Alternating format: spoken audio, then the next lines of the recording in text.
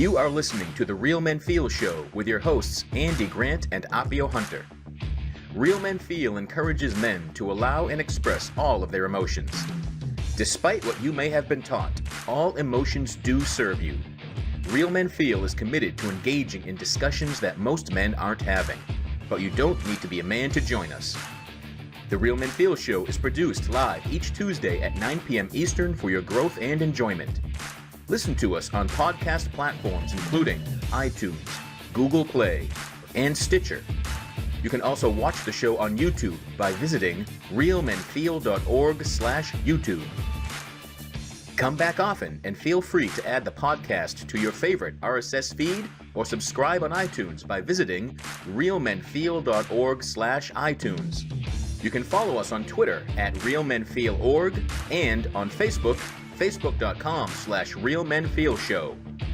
All links mentioned in each episode are in the show notes found on the blog at realmenfeel.org. Show your support for Real Men Feel by shopping at realmenfeel.org/swag, by visiting digitaltipjar.com/realmenfeel, or even text us a tip.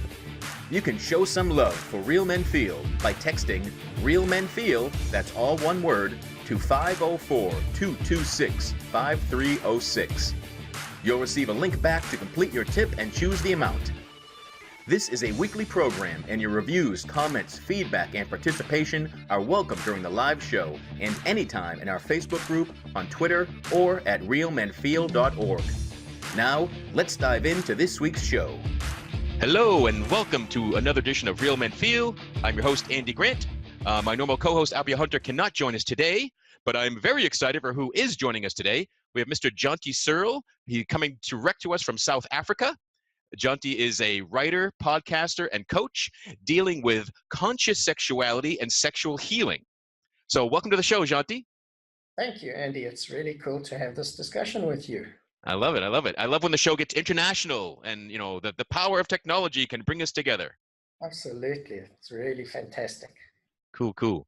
So I know that you also do a podcast. Yes. And that's called Sex Talk? Sex Talk on a platform called cliffcentral.com. It's an online station that goes out from South Africa. Cool. How long have you been doing that? Almost 4 years. Oh, nice, nice. And that's every a week, every week. Cool. Cool. And is that, do you interview people, or is it a Q&A from listeners, or how does that work? We do everything. It's an incredibly free platform. You know, South Africa has a history of a lot of censorship, of being very repressed in a lot of ways. So it's an incredibly free platform where we have done interviews on topics from rape and abuse, and we have an incredibly high level of rape in South Africa, to the opposite end of the spectrum of we've done 2 live orgasms in the studio. Well, we have not gone there, so congrats on that, breaking that new ground. I don't think anyone would want to have that on our show, but well, we've done it. It was just having the freedom to do it is amazing. Yeah. All right. So you mentioned South Africa and being repressive, and I think certainly the rest of the world knows the history of that. But is it still feel that way? Is there a tight society? Yeah, it's a very conservative country. There's still an enormous amount of fear and guilt and shame around sexuality, even though it's legally it's open. And we have one of the most forward-thinking constitutions in the world. How it's applied is very different, obviously. And it's a conservative society. And so you're originally from South Africa? Yes. So you grew up in this repressed society? Yeah, I grew up during the apartheid years. You know, in 1994, everything started changing here. And by then I was basically an adult. So I've seen the entire spectrum of it, which has been incredible to watch and be a part of.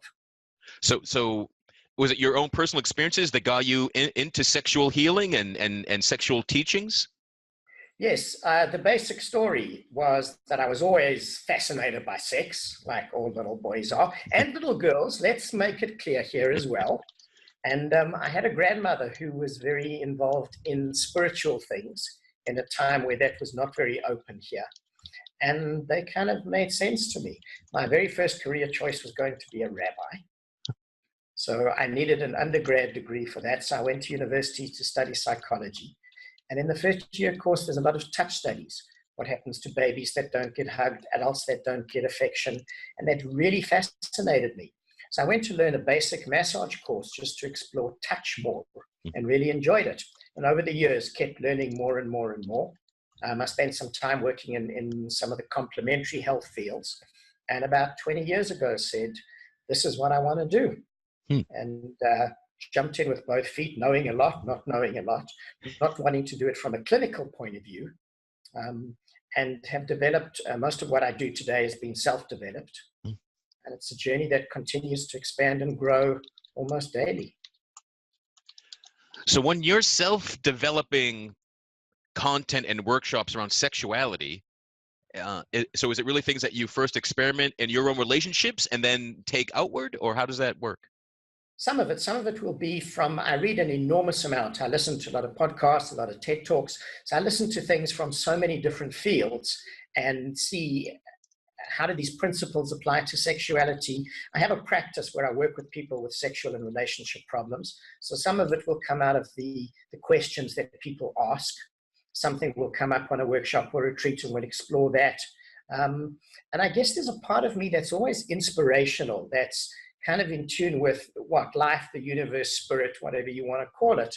So I get a lot of inspiration from so many different things. And then we'll experiment, we'll try, we'll play and see what works, what holds water, what doesn't.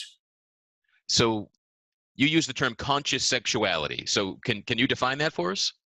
I don't know that I can, but it's about, there are definitions of conscious sexuality. There are elements of tantric practice in it. There are elements of Taoist sexuality. There are elements of some of the ancient principles of sexuality and spirituality. I guess it's the connection of heart and body and mind coming together to give us conscious experiences of pleasure and love. Cool. So, and the addition of consciousness, so it's kind of the awareness of it as opposed to just the physical act of sex. Yeah, so most people have kind of very friction-based, goal-oriented sex where the goal is orgasm. And we've done ourselves an enormous disservice in making that the goal of sex instead of the goal of sex being pleasure. Great. And looking at sexual energy, the connection, the intimacy, sensuality. And I think for men particularly, orgasm has become a trap in a lot of ways. Could you expand on that? What do you mean? How is that a trap? Well, firstly, it creates a space of performance where we have to perform to make that happen. So in a sexual experience, particularly with a woman, I have to make her come. So we all have to buy into the idea of performance, which creates a level of pressure. Then there's my performance as a man. I have to get an erection. I have to maintain it for whatever length of time that is. And then because I'm focusing just on a point that I have to reach, I'm not present. So I'm not feeling the feelings, the sensations, the emotions, everything that's happening in my body, the energy that I'm experiencing. It's all about reaching that point. And then if that orgasm doesn't happen, we say that wasn't a successful experience, which limits the possibilities, which limits our experience, because there are so many possibilities of pleasure that have nothing to do with orgasm. Cool. And so I've heard of Tantra, but I don't have any personal experience with it. So, but that's my limited view of it, is it's that sort of thing. It's a lot of sexual activity, intimacy without orgasm. Yeah, it's keeping the sexual energy in the body that we can use for health, for creativity, meditation, for connection with a partner, not just releasing it. And orgasms are wonderful. Let me say this. And I teach people to have different kinds of orgasms, but that's not all that there is. So what else is there? Well, firstly, there's sensuality. And there's a very big difference between sex and sensuality. So if we define sex as a goal-oriented genital experience, then very often there's not a lot of presence in that. There's not a lot of connection. There's not a lot of intimacy. So sensuality involves firstly the whole of our bodies, from the top of our head to the soles of our feet, and everything in between, including, but not necessarily, focusing on genitals. And then there's our senses: sight, sound, taste, touch, smell, feeling, sensation, all of those. But sensuality is always intimate. There's a heart element, and sex doesn't always have that. So the heart brings us into presence, brings us into connection, brings us into intimacy. And the experiences that give us the greatest fulfillment are with that heart connection. Cool. So a sensual experience, a sensual relationship doesn't even necessarily have to have the physical act of sex. No, not always. Because if we start somewhere with an experience that's, let's say, a very beautiful foot massage, for argument's sake, that can be incredibly connecting. It's very grounding. It's very giving. It can be incredibly relaxing for a couple. It doesn't have to go anywhere other than that. And we have this idea that as soon as we kind of start down that road, it has to follow the pattern. Step 1, step 2, step 3, instead of saying, wait a minute, let's enjoy this. Let's feel everything we can with this. Let's sit with it. Let's be with it. Let it resonate through us. So it really is tying into some of the, I'll call them cliches of spirituality, or for lack of a better word, but of being mindful, being present, being in the now, bringing all of those elements to sexual experiences. Yeah, and I think for a lot of people, the mindfulness movement essentially and conscious sexuality are very much aligned. So that's the term that a lot of people would understand, is being mindful, being in the moment, being present. So what do you think the biggest understanding there is right now in the world around sexuality? Wow, I don't know if there's one, but it's definitely a move to greater heart connection, to greater spirituality, to understanding sexual energy and wanting to have deeper experiences. And by sex, please. People are exploring relationships and the sexual element of that in ways that they've never done before, in terms of swinging, in terms of kink and fetish play, in terms of polyamory, different kinds of relationship. And sex becomes an extension of so many of these. And so we're looking for greater fulfillment, and we have to include sexuality as an element of that, where I think for so long it's been separate. Great. And so sexuality, does it have a bigger or lesser role in the different types of, homosexual or bisexual or even asexual experiences? Yeah, I think it kind of comes in waves. A long time ago, I was having a discussion with a psychiatrist, and he said, when sex works, it's 20% of a relationship. I kind of said, he's a very conservative guy. I don't know that I quite agreed with that. But his next statement had an amazing amount of truth. He said, when sex doesn't work, it's not of a relationship. And that really resonated. So regardless of your relationship, whether you're gay, whether you're bi, whether you're straight, and I work with people across the spectrum, that intimacy that sex brings and that sensuality brings is often the glue that really holds things together. Could you repeat the first part of what the psychiatrist, his second statement? There was a little bit of breakup. Yes. He said when sex works, it's 20% of a relationship. I didn't quite agree with that because he was a conservative guy. I don't think he knew that much about sex. But when sex doesn't work, it's 90% of a relationship. And that makes a lot of sense. Bad sex can hurt and break down and end relationships. Yeah. And I think more relationships end directly or indirectly through sexual problems than any other factor, because it's the intimacy. And when we've lost that, then it becomes so hard to talk about and deal with so many other issues and problems. Right. Because then if there's separation between the parties, there's not a relationship anymore. There's kind of two people that can feel at war with each other, or two people that feel isolated and at the whims of the rest of the universe. Yeah, that's right. So it's enormous. So you've mentioned sexual energy a number of times, and so is that kind of connection to source and life itself, or is it something else, or what was it? Yes, it's all of that and more. So if you think, for example, the way most of us have sex is a very contractive experience. So think about it, as you get close to orgasm, your muscles get tight, your breathing gets quick, then you have this explosion and you shout. If you're a quiet type, you just go, oh, that was nice. And that's kind of all that it is. But that becomes very localized experience. It stays in your genitals, it stays in your pelvis. Sexual energy can move and it can spread through your whole body. So you can have full body orgasms, you can have these really deep experiences. But then it's our creative force, it's our life force. So we can use that energy for, as I said earlier, for healing, for meditation, for creativity, for connection, for prayer. But then we have to keep it in our bodies. We have to be able to build it and use it and channel it. So sexual healing comes from raising and activating your sexual energy, but not releasing it. Sometimes releasing it, but not always.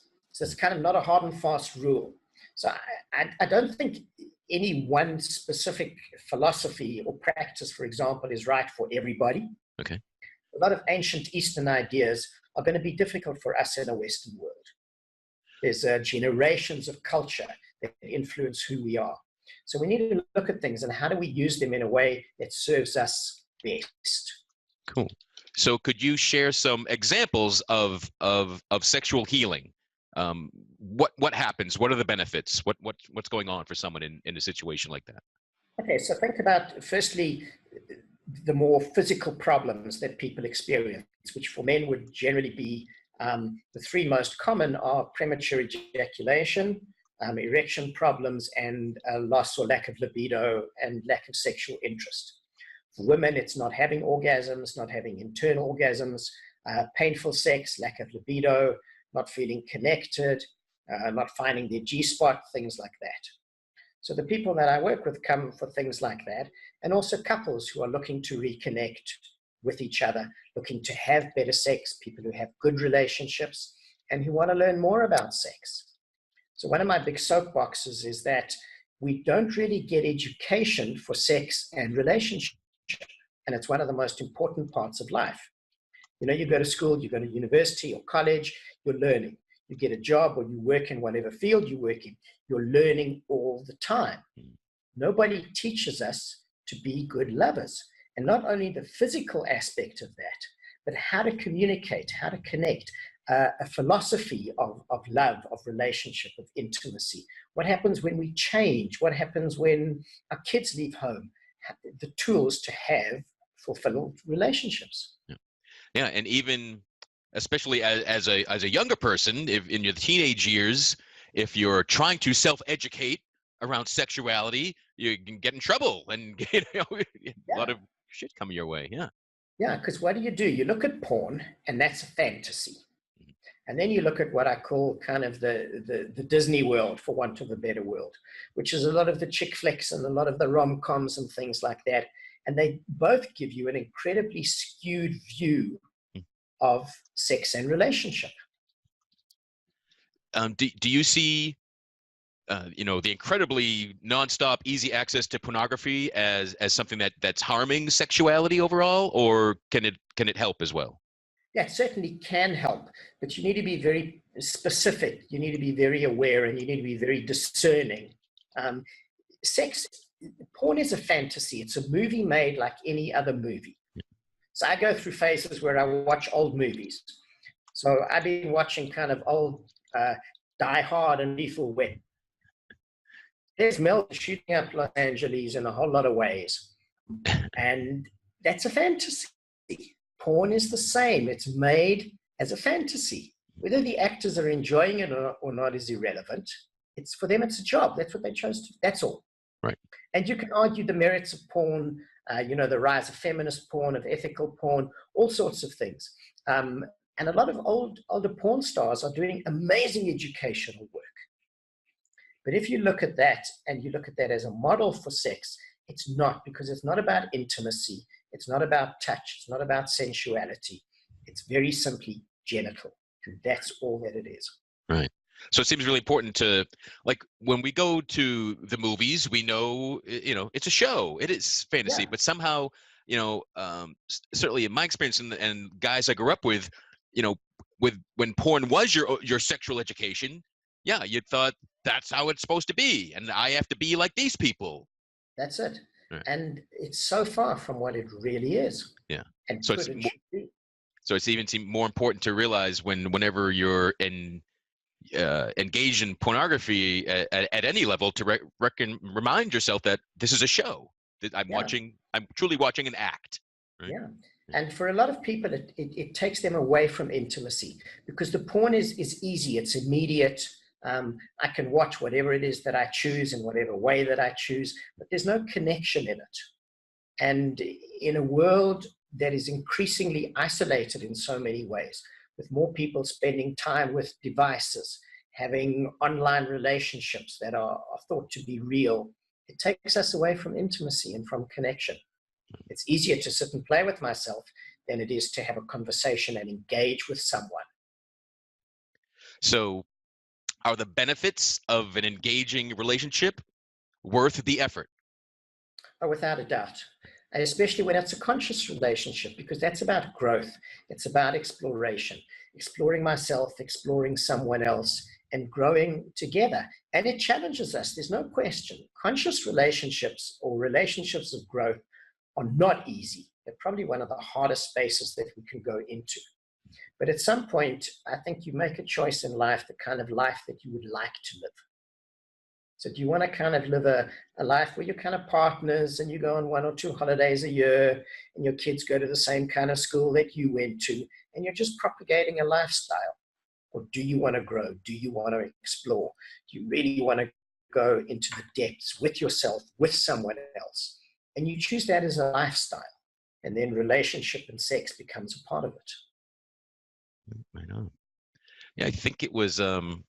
I first learned of you because someone shared one of your articles in the private Real Men Feel Facebook group, and it was called "Loving Men," Yes. and it was all about men missing out on touch. Yeah, we've moved so far away from that. Firstly, men touching other men has become so taboo and anathema for so many people. So we've lost the connection of masculinity. I think the role models we have as men in the world, as a generalization, are weak men. Mm. Our political leaders, our religious leaders, our business leaders are corrupt, weak people. They're not strong. We've become incredibly disconnected from ourselves and from each other. We don't have the men's movement, things like the Mankind Project and the Good Men Project, Real Men Feel. They're new in the world, and we've lost our connection with our hearts as men. And if you ask most men what defines them, it's their genitals. It's money, it's things. It's not soul or spirit or heart.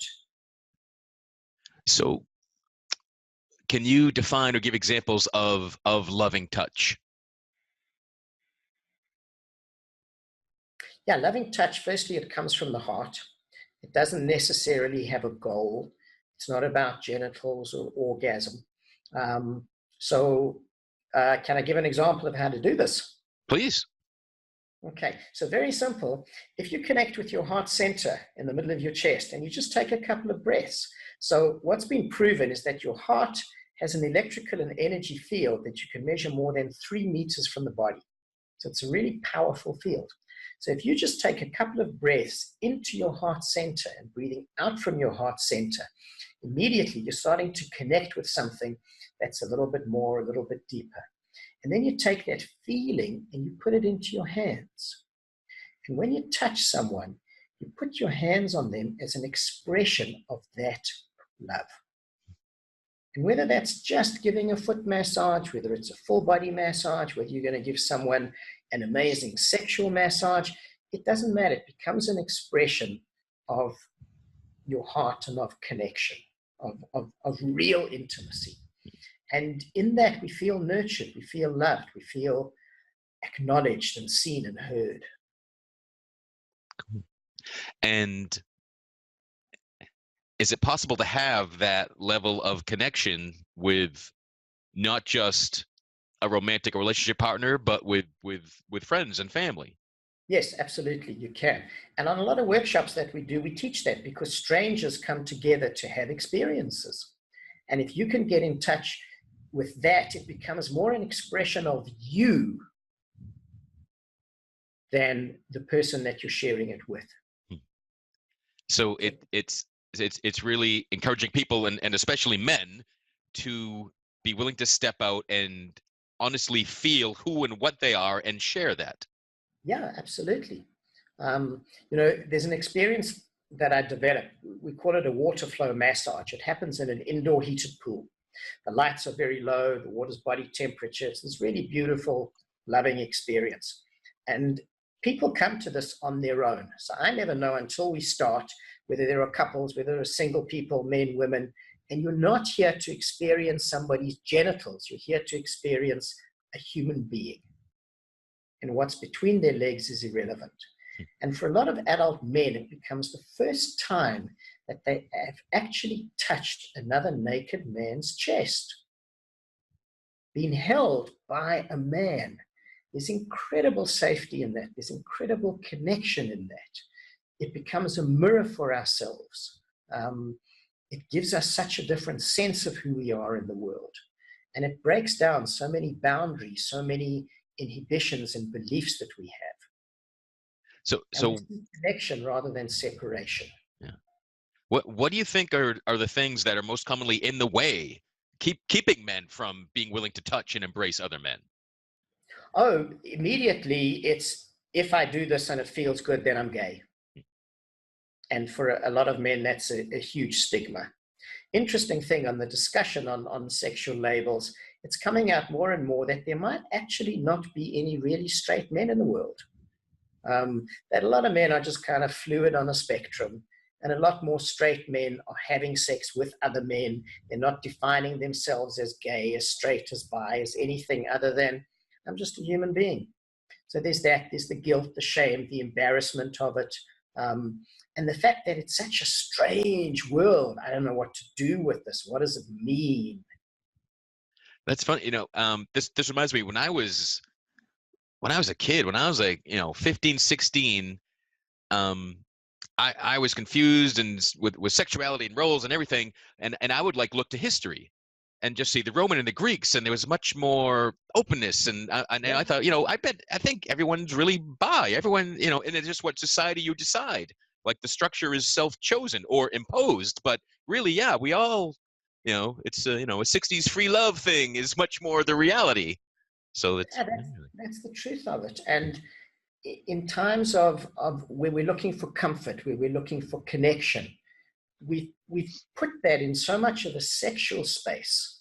Instead of saying one human being to another, one heart to another can give and receive and share love, comfort, healing in so many ways that have nothing to do with sex. So how far away or close are we to, kind of most of society feeling that way and being able to express themselves and having open intimacy, with and without sex? Yeah, I think we're far from it, because I think there's this enormous polarization in society. There are these groups of people exploring, learning, and having different kinds of relationships. And there's this incredible movement towards fundamentalism in so many ways, where people are holding on to these, what they so-called traditional values, at the expense of so much possibility. So I think we're a long way from it. It's a threat to a lot of the structure of society because of the freedom that it gives people, the creativity that it gives people. And I think this is where our sexuality has enormous impact on the rest of our lives. And I call it the transformational power of sexuality. That when you free yourself sexually, you really start to look at a lot of social structures. You start to look at work structure, at economic structure, at how much you kind of bought into various systems, instead of saying, wait a minute, what are the choices in my life? What would I choose for myself? What kind of job or work would I choose? What kind of relationship would I like to have? How would I like to engage with the world, with other people? So the people that kind of cling to tradition the most, and perhaps the most conservative people and aspects of society, is it really a kind of really fear-based? Like it's fear of the unknown, fear of that I'll lose control? Absolutely. And a fear of, if I acknowledge this, then I have to have been wrong for so long. Mhm. And for so many people, being right is such a huge thing. Yeah. And if I live in this way, then I'm part of a community. If I choose to live in a different way, then I'm out of that community. So yeah, fear is a huge, huge part of it. And expressing our sexuality, opening up to sexual healing physically and emotionally and energetically, that's it's like the thing they're resisting and fearful of is what would heal them, allow them to move forward in so many aspects of life. Absolutely. And almost everybody who does a healing journey with me at some point says something in almost these exact words. It's amazing how this has nothing to do with sex and everything to do with sex. Right. Yeah. Because again, if we're talking about sexuality as an expression of our very life essence and life force, that impacts everything you're gonna think, do, have, everything. Yeah, it's very much your creative force. So the more sexually creative you are, the more creative you're likely to be in life. The more sensual you are, the more likely you are to engage with the world, with nature, with food, with taste, with smells, with music, with art, with so many different things, and become an explorer and an adventurer, and not just watch the same kind of movies, listen to the same kind of music.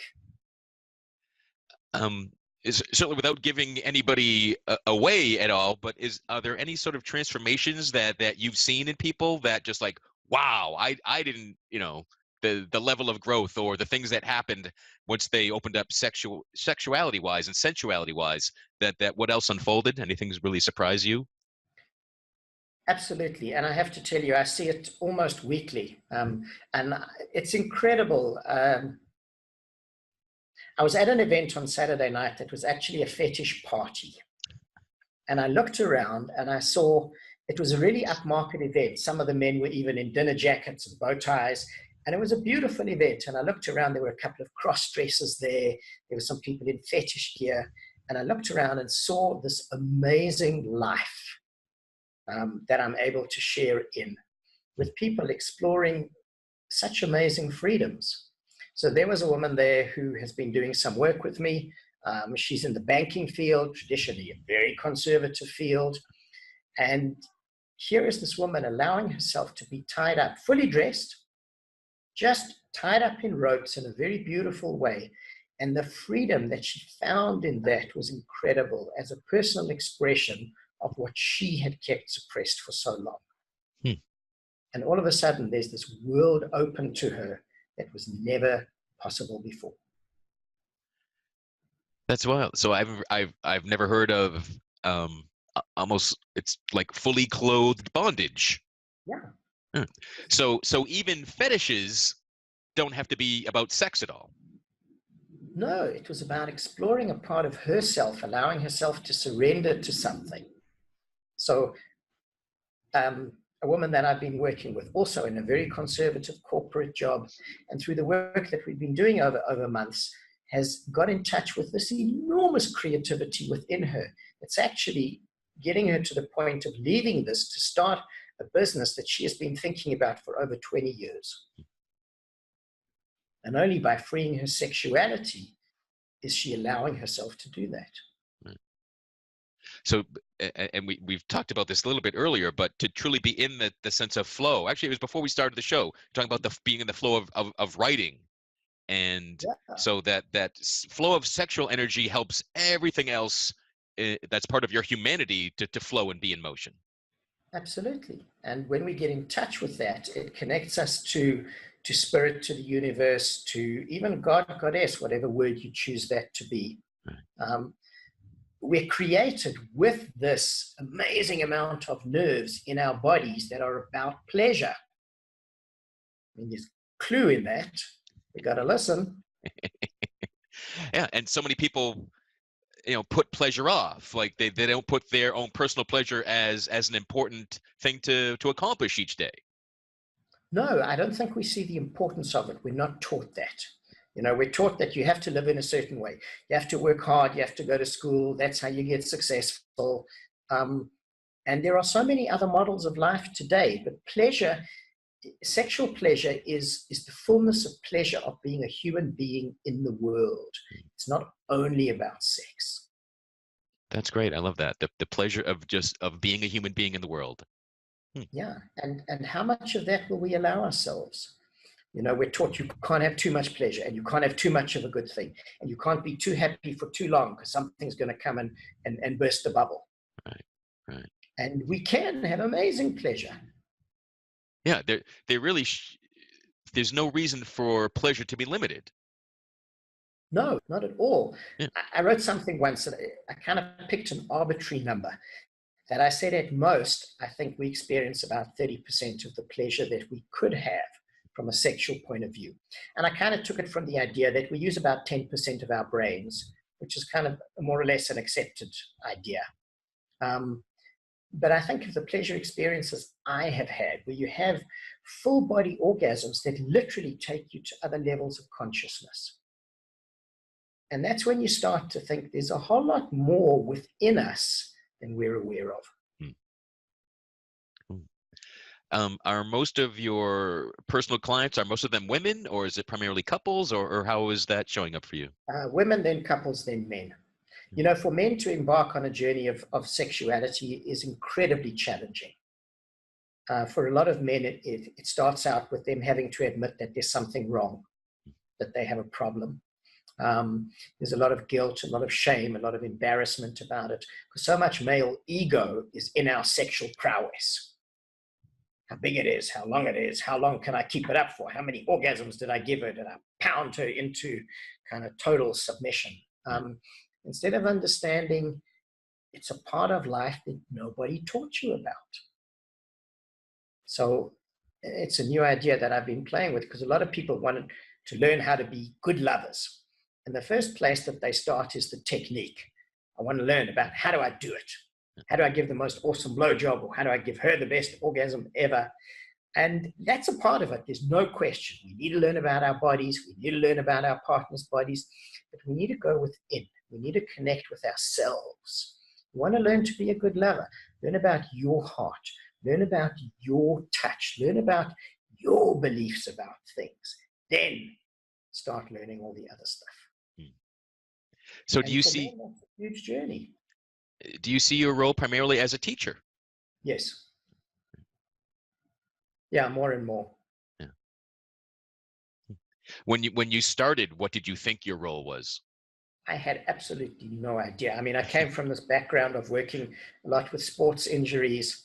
I swam at quite a high level, so I knew a lot of athletes. I had an office in a gym.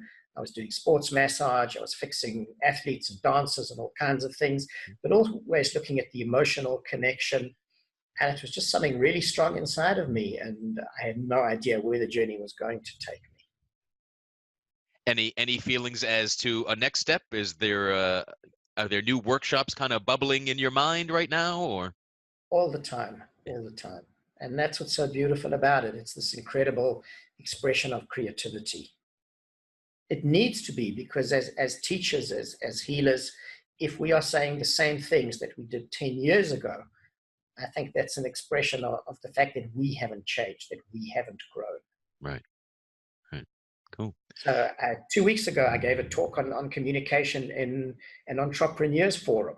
That was a very different kind of space for me. But the principles of communication that I teach couples are exactly the same. So what are some of the top principles? Well, the first thing is understanding that we want something from a communication. If we are clear on that, it becomes easier, because I can tell you what's expected of you. So generally, I think I've come to see we want one of 6 things from a communication. We want to fight. I want to vent. I want to tell you where I am with something. I've been thinking about this. I want to tell you. I want to know where you are with something. we need a solution to something, or I don't know what it is, but I need to talk. So if I can tell you, Andy, I want to tell you where I am with something, but I don't need anything from you right now, that becomes easy because you know what's expected of you. Right. So if we go into that, we have clarity. And that kind of starts to make that a little bit easier and different. And then one of the most important things is understanding between our brain and our mouths, there's very often a gap, which means what I'm thinking and what I'm saying are not always the same thing. And between my mouth and your ears, there's this really big gap because of the internal worlds that we have. So you grew up, which city did you grow up in? Leominster, Massachusetts. Okay, so you grew up there. There's a way of looking at things that you have that's very specific to you. Mm-hmm. If you tell me what that is, I'm going to understand it. And if I tell you what mine is, you'll understand it. But until then, often we're talking about kind of apples and oranges when we should be talking about avocados, just because of those inner worlds. Right. So when we can have a way to kind of check that the gap between my brain and my mouth has lessened, and that you are really hearing what I'm saying, that's when we can start communicating. Now, do most people have the clarity of knowing their own perspective? No, it's something that we need to learn. Gotcha. Because again, we're not taught to communicate. Right. So it's something that we learn it by practicing it, by doing it. So we've talked a lot about what we aren't taught. So I wonder your take on what are we taught? Like what is society and school? What are we told to be as human beings? Well, I think sexually, we're told kind of what's expected of us in a certain way, which means every woman has to have orgasms. And every woman has to have orgasms often from kind of sheer pounding penetration, which is kind of the porn model. Mm-hmm. And nipples are like the dials on a radio, and you're looking for that. That men have to have orgasms. That we are going to find one person who's going to be our everything. That we are going to have a level of job security, which I think our world has shown is become quite an illusion. The fact that once I've got you, that's all I need to do, and you're going to be the same for the next 30, 40, 50 years, which is totally erroneous. It's totally untrue. So hearing all that, it feels like we're all taught to be static. But Yes. but we actually live in a world that never stops changing. Yeah, and we're not taught that. We're not taught the tools to deal with it, and that's the most important thing. So we're taught that you need a label, you need a box. I grew up in a Jewish community which said the expectation is that by whatever age it was, everybody in that community was going to be married. They were going to have 2 whatever kids and a Jack Russell. And this is the life that they were going to live. Were you ever on that trajectory? For a very short time. A very short time. And for any amount of that time, did it feel right? Did it feel good ever? Yeah, it did feel right. It always felt limiting, but it did feel right. Right. And it was a long time ago. Yeah. I think to me personally, like that was part of the attraction, or this is right, because some confinement can feel comforting, that illusion of safety. Well, that's it. It gives you a sense of safety. It gives you a sense of belonging, but you find out that it is an illusion. And as soon as you choose to express who you really are, if it's different to that, the safety crumbles very quickly, because the judgment is based on the fact that you have to conform to those community norms and standards.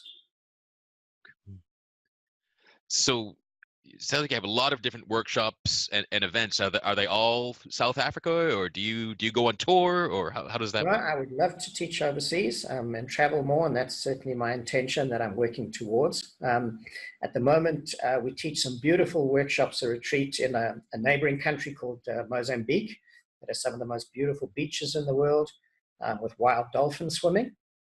But I would love to teach and share around the world. And where exactly are you located in South Africa? I'm in Johannesburg. Johannesburg. Okay, great. So the biggest city in South Africa. Yeah. Cool. Very And vibrant city, people here from all over the world. and do you have a lot of international clientele? Is word of you spreading out, or is it? It's starting to more and more, yeah. Yeah. Especially like on the Mozambique retreats, we get people coming from overseas. Cool. How often do those happen? About 3 times a year. Oh, nice. And are your events an evening, a weekend, a week, or run the whole gamut? They're all different. Some hours will come up 3 or 4 days. Some will even be a little bit longer, and some full day or full weekend. Nice. So we try Nice. and do different things, make it accessible to people in lots of ways. And some are quite short. You learn something, you go home, you practice it, you play with it, come back, learn more. That's the great way to live all of life. Absolutely. It's wonderful. Yeah. Awesome. So what we haven't talked about this at all yet, but as I said, I discovered you through your writings, and before the show, the way you write is it feels like, as I read it, it's a mix of poetry and prose and information and knowledge, and I really have emotional experiences reading your work. Thank you. And is that sort of feedback you hear often? Is that your Yes. intention? Yeah. No, the writing comes through me. It's very inspired. So I'll sit with an idea. Something will pop up into my head. Sometimes I can sit with it for weeks. Sometimes it'll be there and it needs to come out, and I need to sit down and write it now. I might think about something, and when I write it, it goes somewhere very, very different to what I thought. It's quite rare that I actually edit, because it really does come through me rather than from me. That's this beautiful creative process. I mean, some articles are very information-based. Somebody will say, will you write an article about, for example, yoni massage? So yoni is the tantric word for a pussy, a vagina, means sacred space, sacred place. So somebody will write and say, will you write about that? And that's kind of quite an information-based article. Mm-hmm. But everything else very much just comes through me. So it's very connected. And I love that. It's a really important part of my personal expression. So while we're talking about this, let's make it clear to everyone. Where can people read your material and learn about your workshops? My website is www.eroslife.co.za. The Sex Talk Show is on cliffcentral.com. We have years of podcasts. We have a YouTube channel, Eros Life SA, with a whole lot of videos up. YouTube's becoming really difficult. Oh, and how so is that? The levels of censorship are becoming quite chronic. So we are going to start exploring other platforms for that. Gotcha. Oh, cool. And I'll be sure if now on the Good Men Project. That's right. Excellent. Excellent. Yeah, I'm an editor with the Good Men Project, and the first time I read that Loving Men article from Jonti, I was like, wow, all right, I want this on the site, and I want this guy on the show, and I want to move to South Africa and learn more. Well, I really appreciate that. I'd love to come to New York to share more with you. Yeah, no, we'll get you. If you get a U.S. tour going, I'll do whatever I can, and I'll be there for sure. That's right.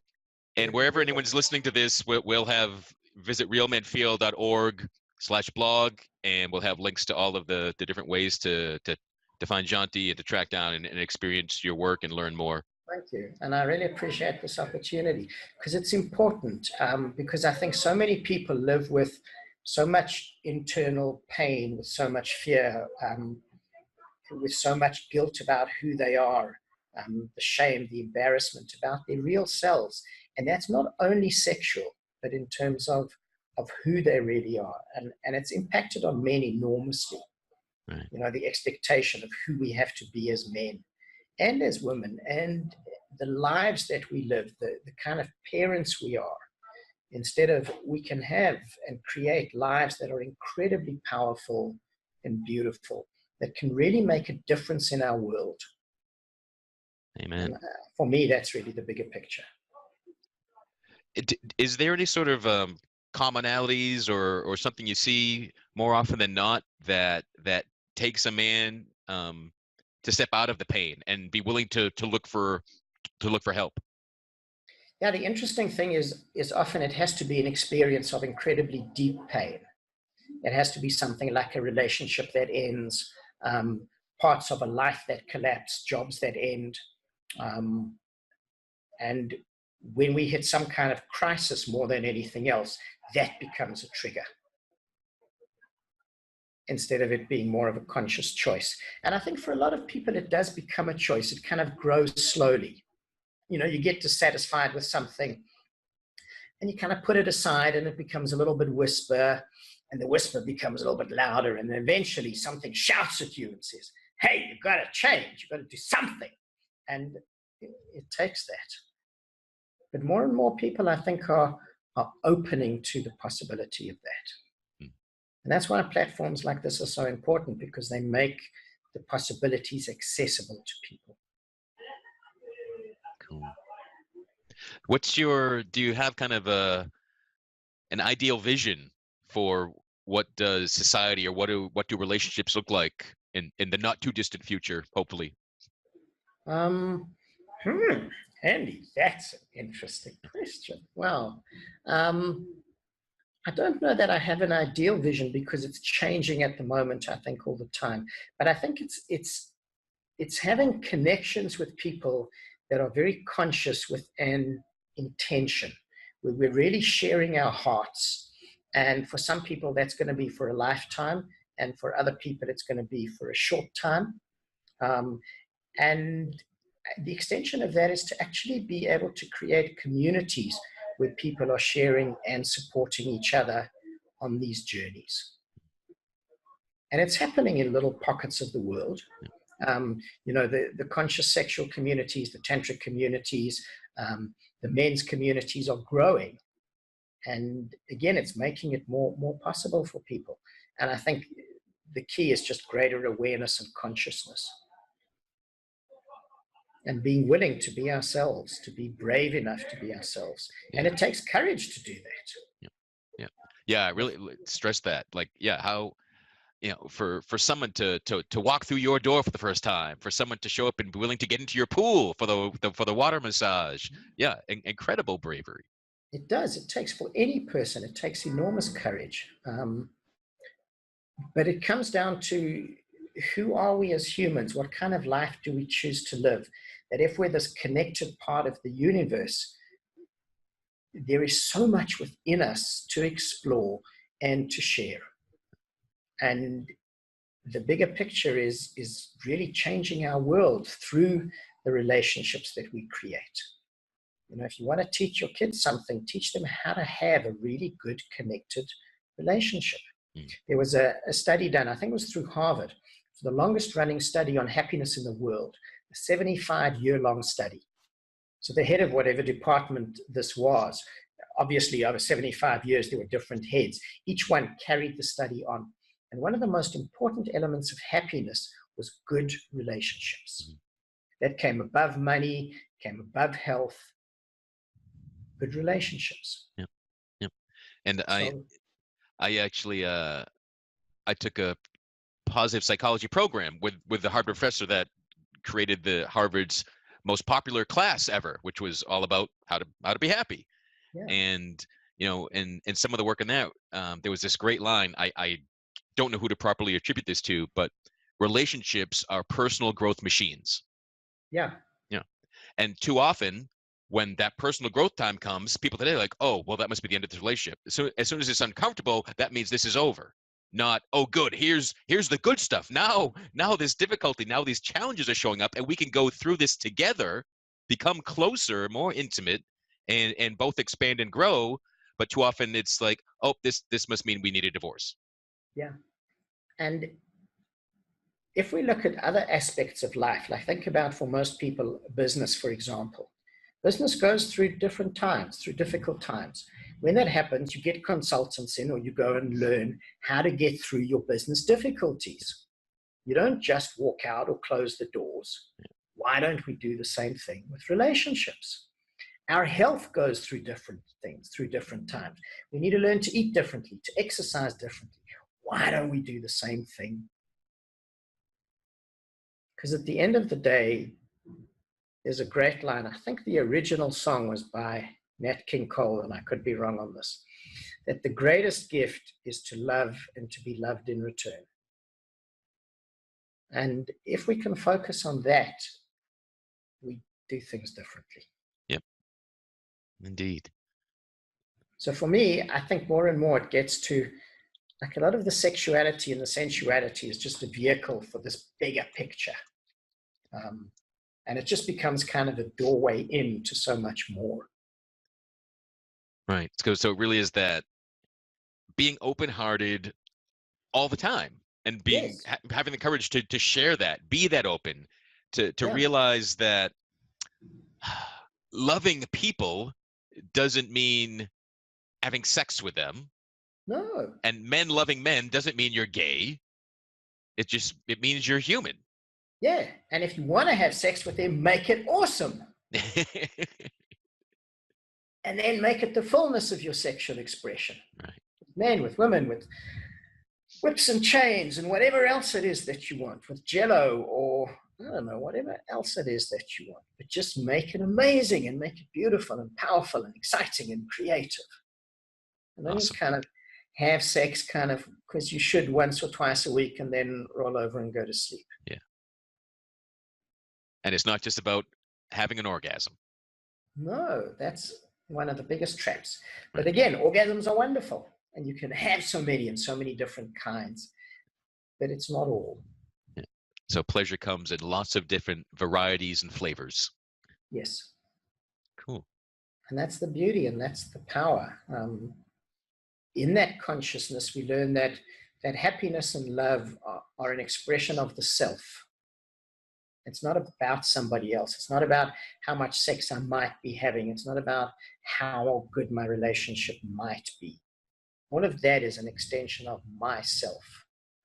And I think our world very much teaches us we've got to look for these things outside instead of it's within me. Right. Yeah. So the best relationships and the best of sensuality and sexuality is really an inner exploration more than most people think of it. Much, much more. So here's the thing. If you want to change the way that you have sex, it's really simple.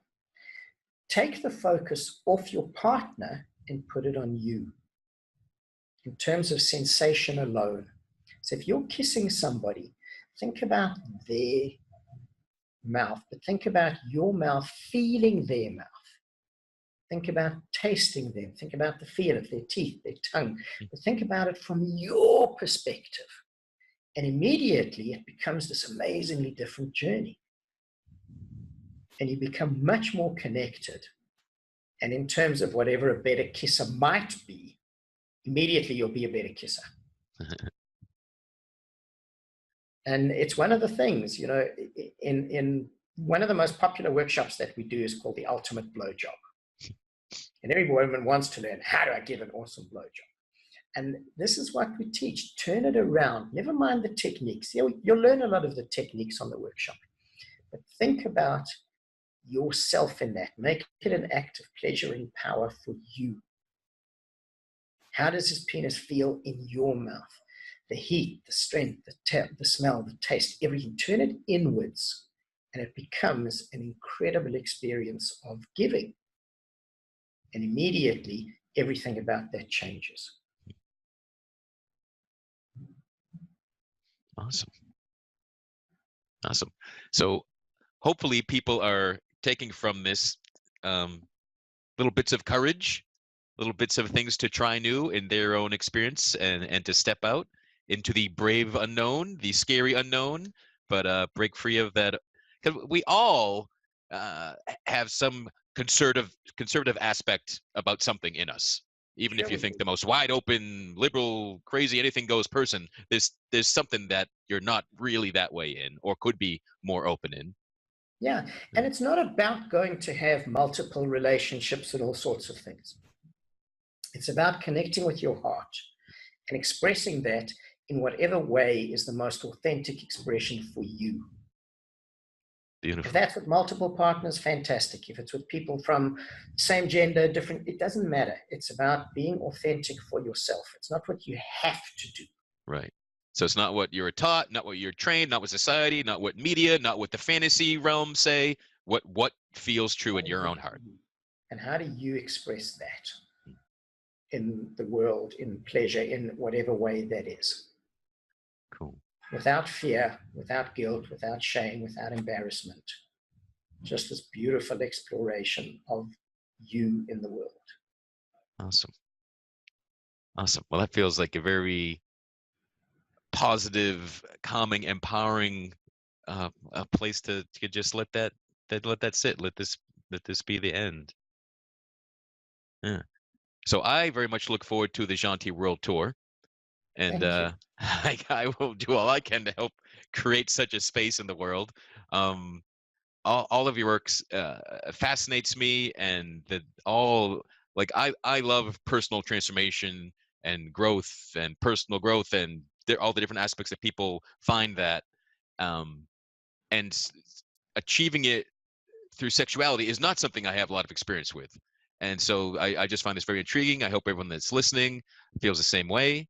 And, check out the Sex Talk podcast and visit eroslife.co.za to stay in touch and to read all of your great stuff. And also on the Good Men Project. And again, at realmenfeel.org, we'll have links. I'll definitely link to the specific article that I first read that just touched me so deeply, and was like, this is a different voice. This is not a man that I've talked to yet. That's what really struck me the most. And again, I could feel the bravery, courage, and heart. And I feel that in everything you write. I really, you have lots of gifts, and I love that you're expressing them. Thank you. And thank you for the opportunity to share. It really touches me. Thanks, Andy. Awesome. So wherever you are, enjoy some deeper, more sensual, more open-hearted time with yourself or others, in whatever way that unfolds for you. And here's to pleasure. Here's to pleasure. Thank you for listening to Real Men Feel. Until next week, visit realmenfeel.org or the Real Men Feel Facebook group and share what you thought of this episode. Please give this podcast a review on iTunes, Google Play, or wherever you are discovering Real Men Feel. Reach out to us at realmenfeel@gmail.com. Show us some love by visiting realmenfeel.org/swag or digitaltipjar.com/realmenfeel. Learn more about Andy Grant at theandygrant.com and Appio Hunter at appiohunter.com.